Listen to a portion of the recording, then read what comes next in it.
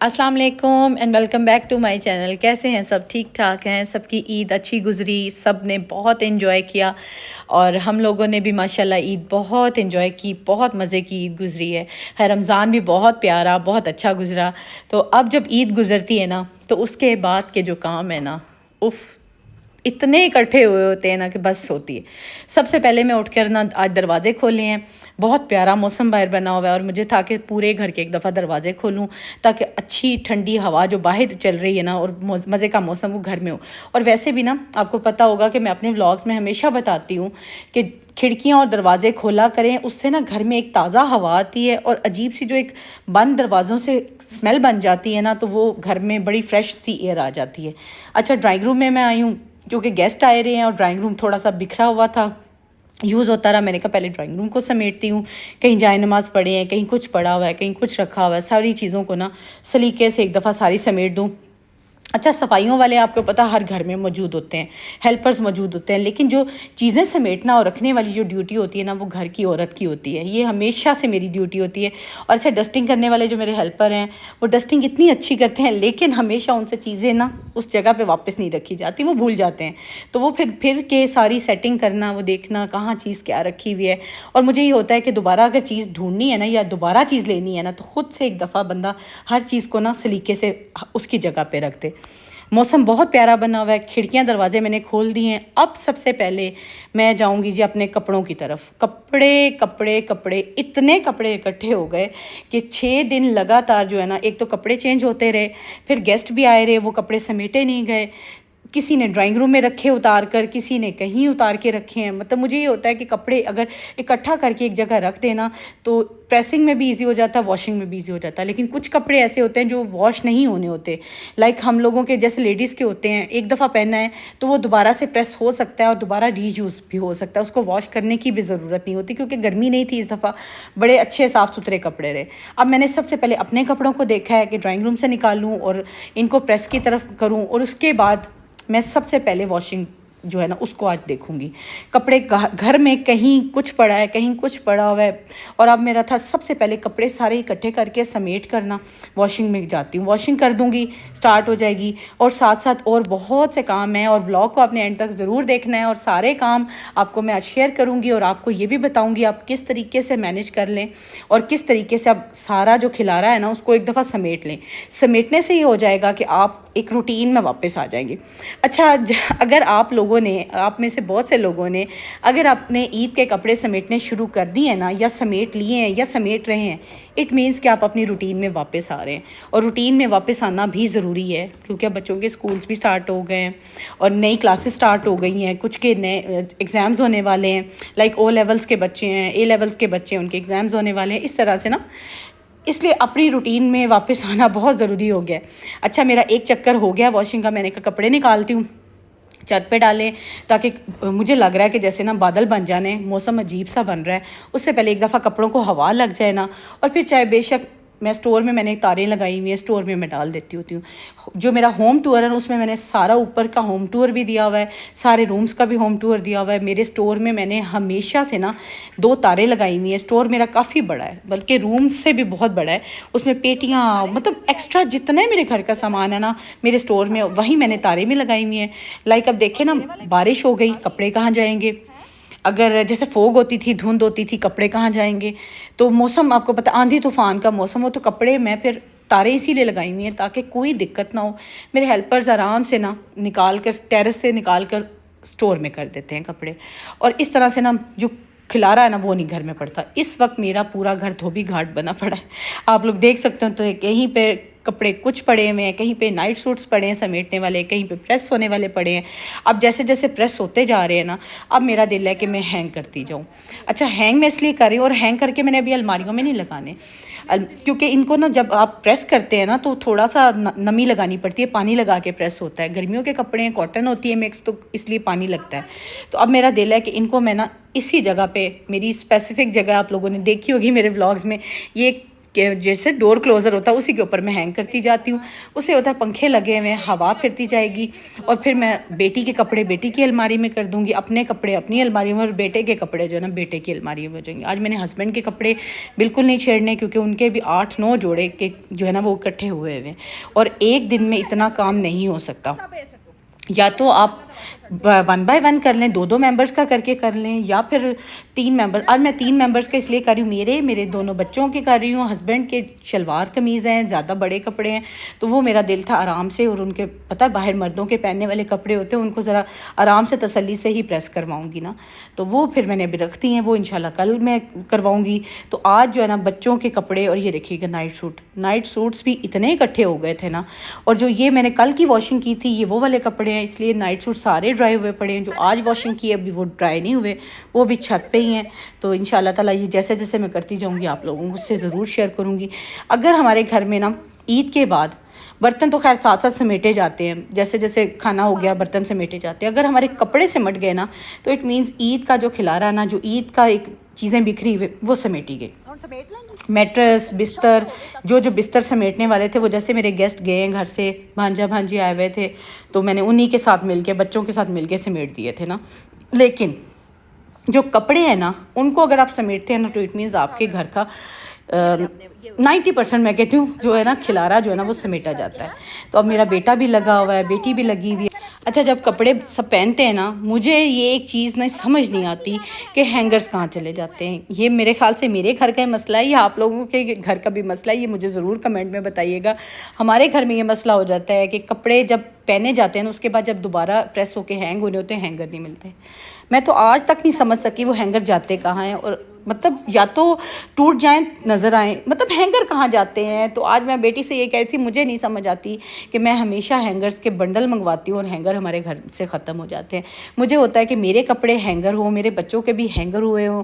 Hanger से ये है कि जब बच्चों ने ज़रूरत है, जिस वक्त जो कपड़ा पहनना ना उनको अवेलेबल हो, तो इसलिए मैं हमेशा हैंग करके कपड़े रखवाती होती हूँ। हाँ, जो नाइट सूट्स है ना तो वो एक तो मैं प्रेस भी नहीं करवाती, आपको पता है बिजली ज़ाया करने की ज़रूरत नहीं होती। नाइट सूट्स होते हैं रात में पहनने होते हैं, वो मैंने कभी प्रेस नहीं कराया, उनको जस्ट तय लगवाया। और वेस्ट हो गई, जैसे अंडरगारमेंट्स जितना सारे वो इसी तरह तय लगा के अलमारियों में चले जाते हैं। लेकिन जो हैंगर वाले कपड़े हैं ना, जो हैंग करने वाले, वो हमेशा मैंने हैंग करके रखे हैं। ये मेरा ईद का जोड़ा है, आप लोगों ने देखा होगा मेरे व्लॉग्स में, मैंने ईद पे पहना भी आप लोगों से शेयर भी किया, सारी ज्वेलरी भी शेयर की थी। अगर आप लोगों ने अभी तक मेरा वो व्लॉग नहीं देखा तो ज़रूर देखिएगा, उसमें मैंने सारी ज्वेलरी, सारी अपनी तैयारी शेयर की हुई है। ये ड्रेस भी टोटल इसकी डिटेलिंग शेयर की हुई है, और जो मैंने नेकलेस बनवाया था वो भी मैंने आप लोगों से शेयर किया था। तो आज मेरा अल्टीमेटली ये सूट प्रेस हो गया है और मैंने इसको हैंगर कर देना है और रख देना है। आपको पता है कि ये इतना बड़ा काम था, आज मैं सोच के उठी थी कि आज मैंने ये काम जो है ना वो समेटना ही समेटना है हर सूरत में ना। उससे ये हो गया कि मैं रिलैक्स हो गई हूँ। अब शुक्र अल्हम्दुलिल्लाह ये मेरा काम ख़त्म हो गया है। अब बस जैसे जैसे कपड़े बाकी हो गए हैं, जैसे होते जाएंगे वो हैंगर होते जाएंगे ना। तो अभी मेरा और किचन में ढेर सारा काम पड़ा है, और आज मैंने किचन में ना आपको 2 चीज़ें शेयर करनी है जो मैंने बनानी है। और आप लोगों ने जो मेरी रेसिपी होती है ना, स्पेशली जो मैं हांडी रोटी कर रही होती हूँ या जो किचन में काम होता है, ध्यान से देखा करें। और मेरी कोशिश तो होती है कि मैं हर चीज़ आपको डिटेल में बताऊँ। अगर कहीं समझ नहीं आती तो कमेंट में पूछ लीजिएगा, मैं ज़रूर आपको बता दूँगी। मेरी कोशिश होती है कि जो मैं रेसिपी, जो चीज़ शेयर कर रही हूँ डिटेल में करूँ। समटाइम्स ये होता है कि कोई मैं क्लिप लेना भूल जाऊँ, तो कोई चीज़ स्किप हो जाए तो वो मैं वैसे बता देती होती हूँ, ठीक है ना। तो अब मैं इंशाल्लाह ताला ये जैसे ख़त्म करती हूँ, मैंने किचन में घुस जाना है। आज मैंने 2 चीज़ें बनानी है, बल्कि शायद नहीं 3 चीज़ें बनानी है, दो बनानी है, लेकिन उनके साथ तीसरी ने बनना ही बनना है ना। तो वो इंशाल्लाह भी शेयर करती हूँ आपसे। अब मुझे ये है कि ये कपड़े जो है ना मेरे, ये अब 2-4 घंटे लगे रहेंगे हैंगर्स पे, इसी तरह इनको हवा लग जाए, क्योंकि नमी लगा कर जब पानी लगा के प्रेस होते हैं ना तो कपड़ों में ना नमी रह जाती है। और कभी भी उनको डायरेक्ट जो है ना अलमारी में मत रखा करें, कहीं उनको डाल दें, चाहे सोफ़ों पे डाल दें, चेयर्स पे डाल दें। अच्छा, मैं ऐसे नहीं करती, फिर मैं क्या करती हूँ, मैं हैंगर्स करके ना हैंग कर देती हूँ, लेकिन बाहर। उससे ये हो जाता है कि हवा लगती है, 2-4 घंटे में कपड़े जो है ना वो अपनी प्रॉपर शेप में, ड्राई वाली शेप में आ जाते हैं। तो फिर मैं इनको ना अलमारियों में कर देती हूँ। अच्छा, ये मेरी एक्स्ट्रा कुछ शलवारें हैं जो मैं ट्राउज़र बनवाती हूँ, क्योंकि आपको पता है रेडीमेड जब हम शर्ट्स लेते हैं ना, खादी से मैं ले लूँ, एथनिक से ले लूँ, तो साथ में हमें ट्राउज़र्स की ज़रूरत पड़ती है। तो मैं ना इस तरह से वाइट और ब्लैक और स्किन बेज कलर के ना ट्राउज़र स्टिच करवा लेती हूँ, तो वो मुझे बड़ा हेल्पफुल हो जाता है। दुपट्टे मेरे पास ढेरों ढेर होते हैं, इससे दुपट्टों की कभी मुझे टेंशन नहीं हुई, दुपट्टे मेरे घर से निकल आते हैं, तो ट्राउज़र्स मैं ज़रूर स्टिच करा लेती हूँ। अच्छा, अब मेरी आई नन्हे मुन्ने बेटे के कपड़ों की बारी, तो वो मेरे साथ खुद लगा है, क्योंकि मुझे ये था कि उसके कपड़े जो है ना हमेशा मैं छोड़ देती होती थी। मैं हेल्पर से कहती थी आप ही करो प्रेस और आप ही इसको हैंगर करो, लेकिन कुछ कपड़े उसके अच्छे प्रेस नहीं फिर होते थे, गड़बड़ हो जाती थी ना। तो फिर मैंने इस दफ़ा सोचा है, मैंने कहा बेटे के कपड़े भी मैं खुद देख के, कोई अगर ठीक प्रेस हुआ है तब भी, और अगर नहीं हुआ तो उनको दोबारा से प्रेस करवा लूँ, ताकि मैं खुद बेटे के कपड़े भी ना देखूँ, क्योंकि बड़ा हो रहा है, उसके कपड़े भी अच्छे तरीके से प्रेस होने चाहिए। ये उसका ईद का जोड़ा था बेटे का, आपको मैंने शेयर किया था अपने ब्लॉग में। माशाल्लाह से वो इतना प्यारा लग रहा था ना इस ब्लैक जोड़े में। मेरे बेटे ने और मेरे हस्बैंड ने ट्विनिंग की थी, दोनों के ईद का ड्रेस जो था ना वो ब्लैक था, तो मैंने आप लोगों से शेयर भी किया। आप लोगों ने व्लॉग देखा होगा तो आपको ज़रूर याद होगा ना। तो बेटे ने लिया था जे डॉट से और हस्बैंड ने लिया था कॉटन एंड सिल्क से। और ये उसकी कुछ शर्ट्स हैं जो उसने बाद में पहनी है, सेकंड डे पे पहनी है, थर्ड डे पे पहनी है, ये सारी वो शर्ट्स। अच्छा, ये शर्ट मुझे इतनी प्यारी उसकी लगती है ना, ये मैंने ली थी आउटफिटर से, लेकिन मेरे बेटा इसको ना कहता है रुमाल वाली शर्ट, क्योंकि उसका पैटर्न शायद ऐसा बना हुआ है, लेकिन इतना वो माशाल्लाह से इसमें प्यारा लगा। माशाल्लाह कलर भी डिफरेंट है, डिज़ाइन भी डिफरेंट था ना, तो मैंने तो कहा, तो उसे मैंने कहा मैंने लेनी है, आपने मेरी खातिर पहननी है, और आप जब पहनोगे ना फिर आप कहोगे कि मामा ठीक कह रही थी, ये मुझे बहुत प्यारी लगी। और सब ने उसकी, ये ईद के थर्ड डे उसने पहनी थी, जब मेरे घर गेस्ट आए हुए थे, जब मैंने ईद की दावत की थी, ईद के थर्ड डे के मेरे व्लॉग में आप लोगों ने देखा होगा, बेटे ने यही शर्ट पहनी थी और माशाल्लाह वो बहुत प्यारा लग रहा था। तो ये थी जी सारे कपड़ों की आज सेटिंग, ये थी सारे आज कपड़ों की प्रेसिंग, कुछ धोए हैं, कुछ प्रेस किए हैं। अब मैं जाऊंगी किचन की तरफ। बाहर हल्का हल्का, जैसे आपको मैं बता रही थी, मौसम ख़राब होना शुरू हो गया, हल्की हल्की बूंदाबांदी शुरू हो गई है, लेकिन शुक्र है मेरे प्रेस वाला काम, क्योंकि आपको पता है जब बारिश होती है तो साथ में ही हमारे ना लाइट्स भी चली जाती हैं। तो शुक्र है मेरी बिजली का जितना काम था ना, जैसे कि प्रेस होने वाला, जैसे कि वॉशिंग, वो सारा हो गया। अब मैं किचन में आई हूँ, मैंने अच्छा आज सोचा था कि आज मैं जल्दी उठूँगी और मैं सारा पहले प्रेस वाला और वॉशिंग वाला काम समेटूँगी। अच्छा, ये मैंने कीमा रखा है, कीमा मैंने ना बॉयल करके पहले से रखा होता है। उसमें बॉईल करते हुए मैं क्या करती हूँ, उसमें प्याज, अदरक, लहसुन बॉईल करते हुए ना डाल देती हूँ, और उसी में वो ड्राई होके पक जाता है। फिर मैंने कीमे में क्या करती हूँ, सिंपल तरीके से ना उसमें डाला घी। आप घी डालें, ऑयल डालें, ये आपकी मर्ज़ी है। उसको ना मसाले अप टू यू, जितने आपके टेस्ट है, आप लोग जैसा मसाला पसंद करते हैं वो ऐड करें, और बस इसको भूनें, अच्छी तरह से भूनें। सिंपल वे है। कीमा मैंने बॉईल करके पहले रखा होता है, बॉईल करते हुए मैं उसमें डालती हूँ प्याज, अदरक, लहसुन। ठीक हो गया, जब वो कीमा बॉईल हो जाता है मैं उसको पैकेट्स बना के फ्रीज़र में रख देती हूँ। फिर जब मैंने पकाना है ना, उसको डीफ्रॉस्ट किया, इस तरह से ऑयल डाला, मसाले डाले और अच्छी तरह से भूनना शुरू कर दिया। इतना इजी और इंस्टेंट कीमा बनता है ना, अगर आप पहले बॉईल करके कीमा ला के रख लो ना, तो बहुत जल्दी आपकी हांडी तैयार हो जाती है।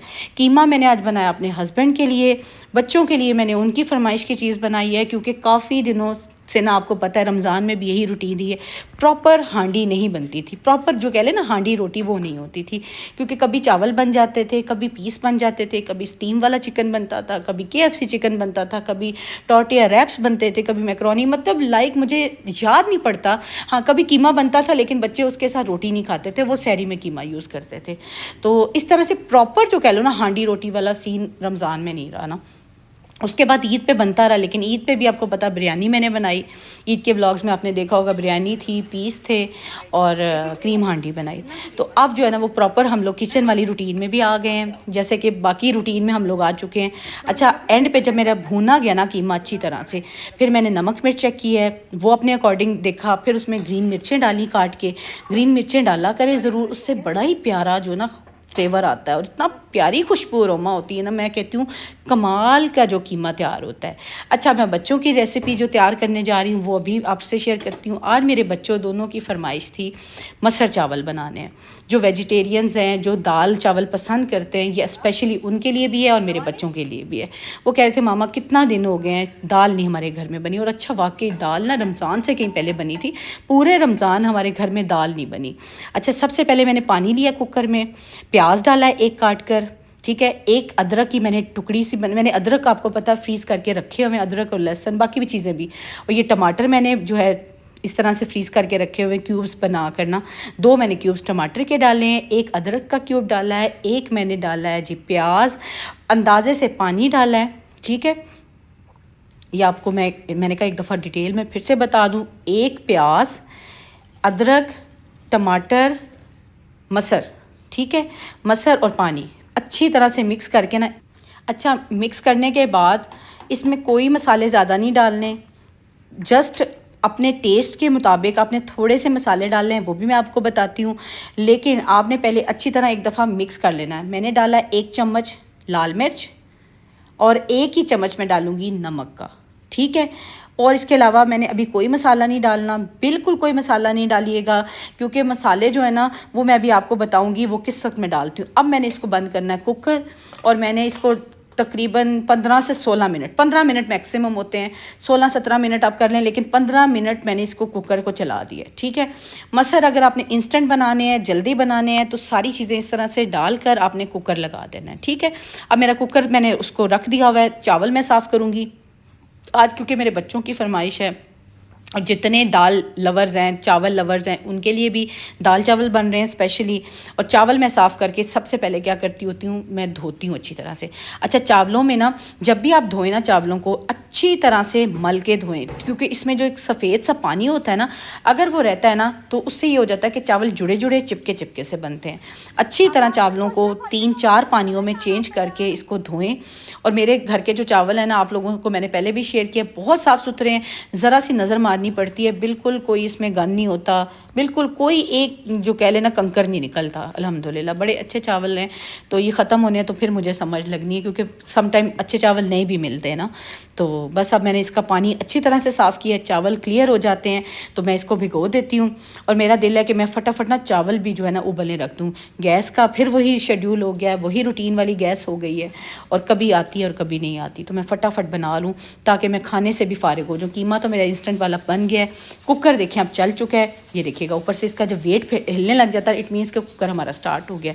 अब जब कुकर का वेट हिलने लगता है ना, स्टार्ट होता है, तब से आपने टाइम काउंट करना है, ठीक है। उससे पहले से टाइम नहीं काउंट करना। जब आप ढक्कन देते तब से टाइम काउंट नहीं होना। टाइम आपने तब काउंट करना है जब आपका ऊपर वाला जो वेट है ना वो मूव करना शुरू हो जाए, ठीक हो गया। तो ये हमारा कुकर का टाइमिंग हो गया। अब मैंने सारे उसमें मसाले भी आपको बता दिए हैं, क्या क्या डालना है वो भी बता दिए। फिर भी अगर नहीं समझ आए तो आप काइंडली मुझसे ना पूछ लीजिएगा कमेंट बॉक्स में, मैं इंशाल्लाह ज़रूर बताऊँगी, ठीक है। दूसरी तरफ मैंने रख दिया पानी बॉईल होने के लिए। पानी बॉईल होने के लिए जब मैंने रखा है ना, तो मैंने थोड़ा सा उसमें नमक डाला है। वो मैं क्लिप बनाना भी भूल गई हूँ, मैंने कहा आप लोगों को बता दूँ, नमक ज़रूर डालिएगा, उससे ना चावलों में बड़ा अच्छा सा टेस्ट आ जाता है और चावल जुड़ते भी नहीं हैं, ठीक है। नमक डाला है। अब मैंने इसे बॉईल होने के लिए रख दिया। और हाँ, जब आपने चावल डाल देने हैं ना, तो आपने अच्छी तरह से चम्मच फेर देना है। चम्मच फेरने का ये क्या टोटका है, ये टोटका है कि चावल कभी भी नीचे नहीं लगते, ठीक है, इस तरीके से। अच्छा, लोग छलनी में भी डाल लेते हैं, लेकिन जब मैंने घर में चावल जिस तरह से बॉईल करने हैं ना, थोड़े से बॉईल करने हैं, फिर मैं छलनी में नहीं डालती। बिरयानी वगैरह जब मैंने करनी हो ना, तब मैं छलनी में डालती हूँ। तो ये देखिएगा कितने अच्छे खिले हुए चावल, और मैं अभी हिला के भी आपको दिखाती हूँ, एक एक दाना अलग है। तो आपने जब चावल डालने हैं ना, तो उसके बाद चम्मच ज़रूर पहले फेर देना है, ठीक हो गया। अच्छा, अब मैं डालूँगी इसमें ऑयल। ऑयल आपने सारी तरफ ना बराबर ऑयल इस तरह से स्प्रेड कर देना है, बिखेर देना है, ताकि अच्छी तरह से ना हर तरफ ऑयल बराबर हो जाए। फिर इसको चम्मच से आपने ना हर तरफ इक्वली डिस्ट्रीब्यूट कर देना, इक्वली हर तरफ, ताकि ये जो है ना ऑयल पहुंच जाए और हमारे चावल जो है ना वो बिल्कुल इस तरह से मज़े के खिले खिले बन जाए। ये देखिए कितना प्यारा कलर आता है। मैं अपने हस्बैंड को कहती है अल्लाह करे अब जब हम नेक्स्ट भी चावल मंगवाए ना, हमें इसी तरह के अच्छे और मज़े के मिल जाएं। और इतनी शरीनी वाले और इतने मज़े के मीठे मीठे चावल बनते हैं ना, लज्जत वाले चावल हैं माशाल्लाह से। बस अब मैं इसको ढांपूंगी, जल्दी से दम दूंगी। अच्छा, मैं दम कैसे देती हूँ वो भी मैंने आपको बताया था। अच्छा, मैं ना अब सबसे पहले कुकर मेरा जो है ना वो टाइम पूरा हो चुका है, तो मेरा यही ज़हन है और यही दिल है कि सबसे पहले मैं कुकर को खोलूं, क्योंकि आपको पता ओवर टाइम नहीं लगाना, वो नीचे से लग भी जाते हैं और जल जाते हैं। ये देखिएगा अच्छी तरह से मसर गल चुके हैं। आप लोगों ने देखा होगा जितना पानी डाला था उसमें अच्छी तरह से पक के और बिल्कुल मज़े के ना जैसे वो मिक्स हुए हुए घुले हुए मसर तैयार हो गए। अब मैंने क्या करना है जी, सबसे पहले मैंने मसर वाला खोल दिया है। अब मैं डालूँगी चावलों को दम पे, और चावलों को दम करने के लिए मैं भी आपको तरीका भी बताती हूँ। ये मैंने एक रुमाल रखा हुआ है रोटी वाला, उसको मैं करती हूँ गीला, उसके ऊपर देती हूँ ढक्कन और इस तरीके से मैं दम लगा देती हूँ। और इतने अच्छे, जितने आपने अभी देखे हैं ना खिले हुए चावल, उससे ज़्यादा अच्छा दम में खिल जाएंगे। और इसको मैं कम अज़ कम ना 8-10 मिनट ना दम दे दूँगी। 10 मिनट बहुत होंगे, दम पे आप छोड़ दें। उतनी देर में मेरी जो है वो मैंने दाल तैयार कर लेनी है मसर वाली। ठीक हो गया। अच्छा, मैं इसको अच्छी तरह से घोटूंगी। घोटने के लिए आपको डोई की ज़रूरत होती है। मुझसे चमचों से ना दाल नहीं बनती। ये मैंने डोई जो है ना लकड़ी की मैंने रखी हुई है। इतनी अच्छा इससे ना मसर घुल जाते हैं ना। और उससे घोलने से पहले, घोटने से पहले मैंने थोड़ा सा इसमें डालना दूध। अब आप सोच रहे होंगे मसर में कौन दूध डालता है, लेकिन कभी आप डाल के बना कर खा कर बताइएगा कि किस तरह से बने हैं। इतना क्रीमी टेस्ट, और जो मसर का रंग काला काला सा नहीं होता, वो इतना मज़े का कलर भी आ जाता है ना, और क्रीमी। मैं कहती हूँ कमाल के मसर तैयार होते हैं। आप लोगों ने ज़रूर बनाना है और फिर मुझे बताना भी है कि आपके मसर चावल कैसे बने हैं और स्पेशली मसर कैसे बने हैं। अच्छा, मैंने आंच तेज़ करने के साथ साथ ना मैं इसमें बाकी मसाले भी ऐड कर दूँगी। लाइक थोड़ी सी हल्दी डालूँगी, थोड़ा सा खुश्क धनिया डालूँगी, और अभी गरम मसाला आपने नहीं डालना। गरम मसाला बिल्कुल एंड पे डालेंगे, वो भी मैं अभी आपको बताती हूँ। और नमक मिर्च हर चीज़ अब मैं चेक कर लूँगी, और साथ साथ इसको अच्छी तरह से ना घोल लीजिएगा। अब घोलने का मकसद है कि अच्छी तरह, जैसे साग को नहीं हम घोटा लगाते, अच्छी तरह से इसको घोट लीजिएगा। उससे ये कि मसर अगर कोई ज़रा सा भी नहीं ना घुला हुआ, वो भी कसर जो होगी ना वो भी ख़त्म हो जाएगी। अब आप देख सकते हैं कि इस टाइम बहुत मज़े के क्रीमी और ज़बरदस्त किस्म के मसर मेरे रेडी हो चुके हैं। और मेरा यही दिल है कि फटाफट अब इसका ना मैं तड़का तैयार करूं। अच्छा, तड़का भी मैं बहुत सिंपल सा तैयार करती हूँ। अच्छा, मेरा बेटा मुझे आया तो कहता है मामा मसर चावल कब तैयार होंगे। मैंने कहा बस बेटे 5 मिनट मुझे और दे दो। अच्छा, मुझे लग रहा था ज़्यादा गाढ़े हो गए ना, तो आपको पता है चावलों पर जब बनाने हो ना, चावलों के लिए जब बनाने हो उसके ऊपर डालने के लिए तो थोड़े से पतले कीजिएगा, और अगर आपने रोटी के साथ खाने हैं तो थोड़े से थिक अच्छे लगते हैं। ठीक हो गया। अब मैंने थोड़ा सा पानी ऐड करके उसको अच्छी तरह बॉयल कर लिया है। बॉयल ज़रूर कीजिएगा क्योंकि कच्चा पानी ना किसी चीज़ में टेस्ट नहीं देगा। तो मैंने बॉयल करके उसको अच्छी तरह घोटा लगाया। अब मेरे मसर चावल जो हैं वो तैयार हो गए हैं। चावल अभी दम पे ही हैं। अब मैं तैयार करूँगी तड़का। तड़के के लिए आप देख सकते हैं कि मैंने हरी मिर्चें, ये मेरी ईद से पहले की मैंने स्टोर की हुई हैं, और आप देखें कितनी अच्छी अभी तक ग्रीन और उसी तरह डंडियाँ सलामत है। लेकिन मैं क्या करती हूँ, दूसरे चौथे दिन ना टिशू चेंज कर देती हूँ। आप लोगों ने किसी भी बॉक्स में रखना है तो टिशू आप चेंज करते रहिएगा। और मैं कहती हूँ 15 से 20 दिन कहीं आपकी हरी चीज़ें नहीं जाती, चाहे वो हरा धनिया हो, चाहे वो हरी मिर्चें हों। अच्छा, हरी मिर्चें मैं धो के रखी हैं। अब मैं क्या कर रही हूँ जी, लहसन को तैयार करूँगी। लहसन जो है वो आपने जितनी आपकी मुट्ठी में आ जाए बस इतना लहसन आपने डालना है। ठीक हो गया। और ये सारा मेरा तड़का रेडी है। ग्रीन मिर्चें, ज़ीरा, साबुत लाल मिर्च और लहसुन, 4 चीज़ों का तड़का मैं लगाती हूँ और इतना प्यारा फ्लेवर आता है ना। अच्छा, बस अब मैं दाल को उतार के साइड पे करूँगी और तड़का रेडी कर लूँगी जल्दी जल्दी से। दाल को अब मैं साइड पे करने से पहले मैंने एक दफ़ा नमक मिर्च दोबारा चेक कर लिया। ठीक हो गया। तड़के में क्या करना है, सबसे पहले अपने पैन लेना है, उसमें डालना है अपने ऑयल और उसको अच्छी तरह से गर्म करना है। ऑयल को गर्म ज़रूर कीजिएगा, ठंडे ऑयल में ना तड़का नहीं अच्छा बनता, और अगर आप डाल देंगे ना चिपक जाएगा और मज़े का उसकी खुशबू नहीं आएगी। जो हमें खुशबू तड़के की चाहिए होती है ना, वो हमेशा गर्म ऑयल में आएगी। ऑयल जैसे गर्म होता है, आपने सबसे पहले क्या डालना है जी, सबसे पहले हमने गर्म ऑयल में लहसुन को डालना है। लहसुन क्यों डालते हैं? अच्छा, मेरी नानी जब तड़का लगाती थी तो मैंने ऐसे पूछ लिया ना एक दफ़ा कि आप लहसुन क्यों डालती हैं। वो कहती हैं जो ऑयल में लहसुन की खुशबू होती है ना, वो बाकी चीज़ों की इतनी प्यारी खुशबू नहीं होती जितनी लहसुन की होती है। ठीक हो गया। अच्छा, ऑयल गर्म हो रहा है और मैंने दूसरी तरफ डाला है गरम मसाला। अब ये मैंने आपको बताया था, गरम मसाला आपने जब डालना है ना तो आपने एंड पे डालना है, और थोड़ा सा मिक्स करके ना आपने इसके ऊपर इसका ढक्कन दे देना है ताकि जो स्टीम है ना उसी के अंदर इसका फ्लेवर आ जाए। ढक्कन ज़रूर दीजिएगा जब भी गरम मसाला डालिएगा। ठीक हो गया। ऑयल मेरा गर्म हो चुका है। अब मैं डालूँगी इसमें लहसुन। ये देखिएगा, सबसे पहले लहसुन ही डालना और कुछ आपने नहीं डालना, और इसको ब्राउन नहीं कह लें, हल्का सा गोल्डन सा कलर इसका होने देना है। ब्राउन तो ज़्यादा वो काला हो जाएगा ना, वो नहीं, गोल्डन सा कलर कीजिएगा। ठीक है। तो अब ये हो रहा है लहसुन तैयार मेरा, और दूसरी तरफ मेरे चावल दम पे रखे हुए हैं। दम मैंने बहुत ही ना बिल्कुल लो फ्लेम पे रखा है ताकि अच्छे से दम हो जाए। देखिए मेरे अब गोल्डन हो गया लहसुन। अब मैं बाकी तड़के की चीज़ें इसमें डाल दूँगी, जिसमें हरी मिर्चें हैं, लाल मिर्च है, ज़ीरा है। और इसको जल्दी उतारिएगा क्योंकि एक तो हरी मिर्च जो है ना वो पटाखे मारती है और वो उड़ जाती है, और उड़ के एक दफ़ा तो मेरे ऊपर भी आई हुई है। इससे थोड़े से एहतियात से ध्यान से कीजिएगा तड़के को। और बस अब मेरे ख्याल से तड़का रेडी है। अब मैं जल्दी जल्दी से डालूँगी इसको कुकर में। ये देखिएगा खुशबू ना मैं आपको बता नहीं सकती, इतनी मज़े की दाल चावल तैयार हुए ना। मसर चावल कहना था, मैं दाल चावल कह देती हूँ क्योंकि मसर भी तो दाल ही है ना। तो ये बस हमारा रेडी हो गया। अच्छा, जब तड़का भी लगा के हटते हैं ना तो फ़ौरी इसके ऊपर ढक्कन दे दीजिएगा। उससे ये होता है कि जो तड़के का भी फ्लेवर होता है वो उसके अंदर ही रहता है। ठीक हो गया। अच्छा, चावल मेरे रेडी हो गए हैं। बच्चों से अब सब्र नहीं हो रहा, बच्चे पहुँच गए हैं किचन में। वो कहते हैं कि हमें तो यहीं से गरम गरम प्लेट्स में डालो, बिल्कुल डिशेज़ में मत निकालिएगा, हमें तो प्लेट्स में ना यहीं से खोलें और हमें यहीं गरम गरम जो है ना दम तोड़े और हमें यहीं पे दे। तो बस मैंने बेटे को भी वहीं बुला लिया है प्लेट के साथ, बेटी भी वहीं पहुंच गई है। जैसे कि हमारी अम्मियाँ करती होती थी, किचन में हम लोग पहुंच जाते थे अपनी अम्मी के पास के बस हमें डाल देना। अब बेटी को पहले मैं प्लेट बना के दे रही हूँ। मेरी दोनों बच्चों को मसर चावल बहुत पसंद है, आपको भी होपफुली बहुत पसंद होंगे ना। और अगर पसंद है तो ज़रूर ट्राई कीजिएगा। जो रेसिपी मैंने आज आपको बताई इसी तरीके से बनाइएगा, कमाल के बनेंगे। अच्छा, ये देखिएगा आप। अच्छा, ढक्कन मेरा देने का मकसद सिर्फ ये होता है कि जो गरम मसाले की खुशबू, जो तड़के की खुशबू है वो दाल में रच बस जाए ना। तो ये देखिए अब मैं डालती हूँ और बच्चों को सर्व करती हूँ। दोनों को 1 बाय 1 डाल के देती हूँ क्योंकि मेरे बच्चों से सब्र नहीं हो रहा था। वो कह रहे थे मामा बिल्कुल हमें डिश में, वैसे मैं मोस्टली आपको पता है डोंगे में या डिशेस में निकाल के ही बच्चों को देती हूँ, लेकिन आज उनसे ना सब्र नहीं हो रहा था। वो चाह रहे थे कि हमें यहीं कहीं यहीं हमारी मामा सर्व कर देना। तो बस अब मैं किचन से निकल रही हूँ, थक चुकी हूँ। बहुत से काम थे आज किचन के। सफाई जो है मेरे हेल्पर ही कर रहे हैं, तो मैंने यही सोचा कि एक दफ़ा उनको भी देखूं, उनको भी खाना पूछ लूं, क्योंकि वो डस्टिंग कर रहे थे और मैं खाना किचन में बना रही थी। झाड़ू आपको पता है मैं मॉर्निंग में करवा लेती हूँ, लेकिन डस्टिंग अभी रहती थी। डस्टिंग कर रहे, मैंने उन्हें यही कहा है कि आप ना छोड़ें डस्टिंग और आप ना पहले खाना खा लें, ताकि सारे बंदे ना एक दफ़ा खाने से फारिग हों और बर्तन समेटे जाएं।